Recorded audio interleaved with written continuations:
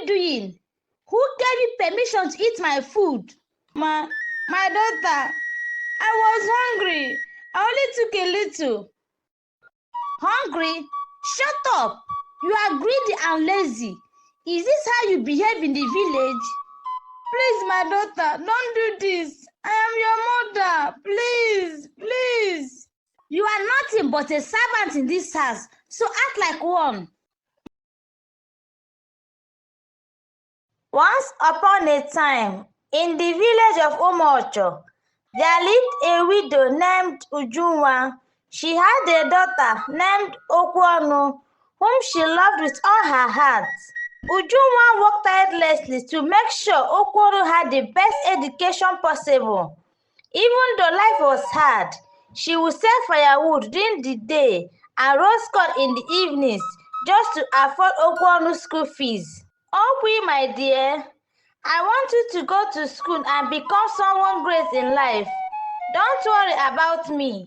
Just promise me you will work hard and never forget where you come from. Ujunwa said. Okwonu would not but rarely replied. Deep inside, she was ashamed of her mother.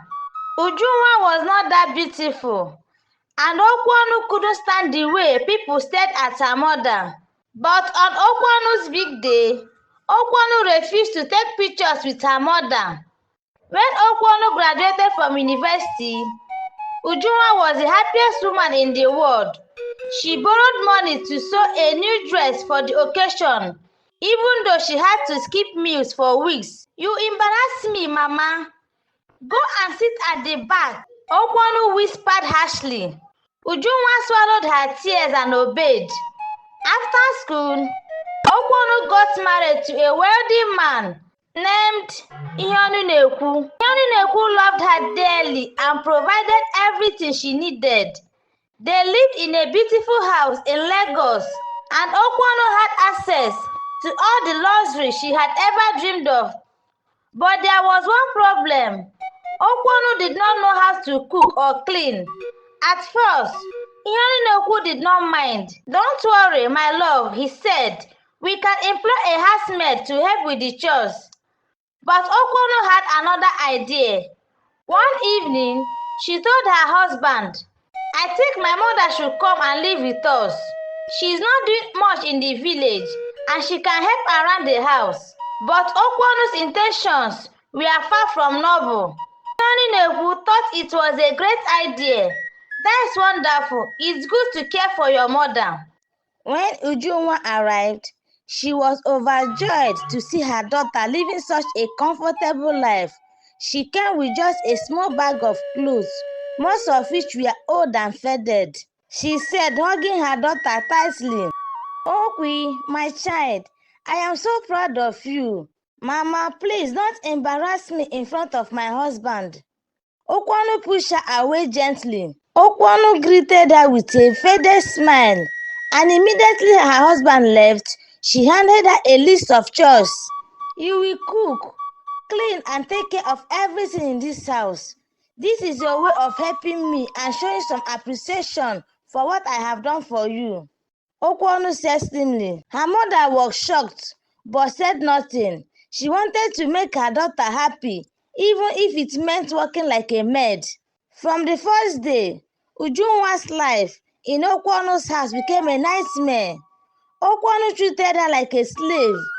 Every morning, Ujunwa would wake up before dawn to clean the house, cook breakfast, wash clothes, and tend to the garden. Okwonu would sit on the couch, watching television or chatting on her phone, giving orders like a boss. One day, as Ujunwa was eating a small portion of food she had cooked, Okwonu walked in and yelled, What are you doing? Who gave you permission to eat my food? My daughter, I was hungry. I only took a little. Hungry? Shut up! You are greedy and lazy. Is this how you behave in the village? Please, my daughter, don't do this. I am your mother. Please, please. You are nothing but a servant in this house, so act like one. Things got worse over time. Whenever Ihonu was not at home, Okwonu would slap and beat her mother for the smallest mistake. If the soup was too salty or the flour was not shining enough, Ujunwa would feel the strength of her daughter's hand. One day, Ujunwa accidentally spilled water on the floor while mopping. Okwonu saw it and exploded in anger. "Are you blind? Why can't you do anything right?" she screamed, hitting her mother. "I am sorry, my daughter. It was a mistake," Ujunwa cried, tears streaming down her face. "Sorry for yourself," Okwonu shouted. As time went on, Okwonu's behavior grew worse. She would wake up in the morning, sit in the living room, and watch television while her mother did all the work. One evening, Iheoninegu came home and noticed that Ujunwa looked tired. "Mama, are you okay?" he asked kindly. Ujunwa forced a smile. "I'm fine, my son." Okwonu quickly interrupted. "Mama is just not used to living in a big house. She will be fine." Iheoninegu believed her and thought everything was normal. But whenever Iheoninegu was not around, Okwonu would yell at her mother for the smallest mistake. If Ujunwa forgot to add enough salt to the soup, or if she did not iron a dress properly, Okwonu would scream, call her ugly, and sometimes even hit her. One night, after a particular hard day, Ujunwa knelt before her daughter. "Okwi, my child, what have I done to deserve this? I carried you for 9 months, worked day and night to give you a better life, and prayed for your success. Why do you treat me like this? Stop acting like a victim, Mama. If you don't like it here, you can go back to the village." Ujunwa cried herself to sleep that night. One afternoon, Ujunwa sat on the kitchen floor, weak and tired. She had not eaten all day. When Okwonu saw her, she laughed curiously. "Look at you, sitting like a beggar. You should be grateful I even let you stay here," Okwonu said. Ujunwa sobbed silently, wondering where she had gone wrong again. One day, Iheoninegu came home unexpectedly and found Ujunwa crying in the kitchen. Her face was swollen and her hands were trembling.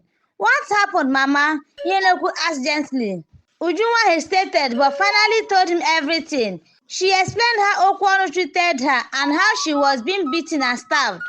Iheoninegu was furious. He confronted Okwonu that evening. Is this true? How can you treat your own mother like this?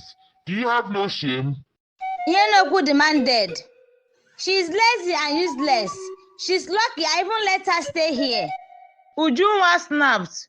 Iheoninegu shook his head in disbelief. You are heartless, Okwonu. This woman gave you life and sacrificed everything for you. From today, Mama will no longer do any chores in this house. You will respect her, or I will send you back to your father's house. And that's fine now. Okwonu was filled with shame and regret. She knelt before her mother and begged her for forgiveness. "Mama, I am sorry for everything I have done. Please forgive me." Ujunwa looked at her daughter and sighed deeply. "Okwonu, I forgive you. But remember, no matter how rich or successful you become, never forget the people who helped you to get there." Okwonu nodded, tears streaming down her face. From that day on, she treated her mother with love and respect. Moral lesson: the story teaches us to respect and cherish our parents. They sacrificed so much for us, and it is our duty to show them love and gratitude, no matter their appearance or background. Beauty fails, but a mother's love is eternal. Never forget where you come from, and never bite the hand that fed you. The end. Thank you guys for watching my story, and please come back for more interesting stories. I love you.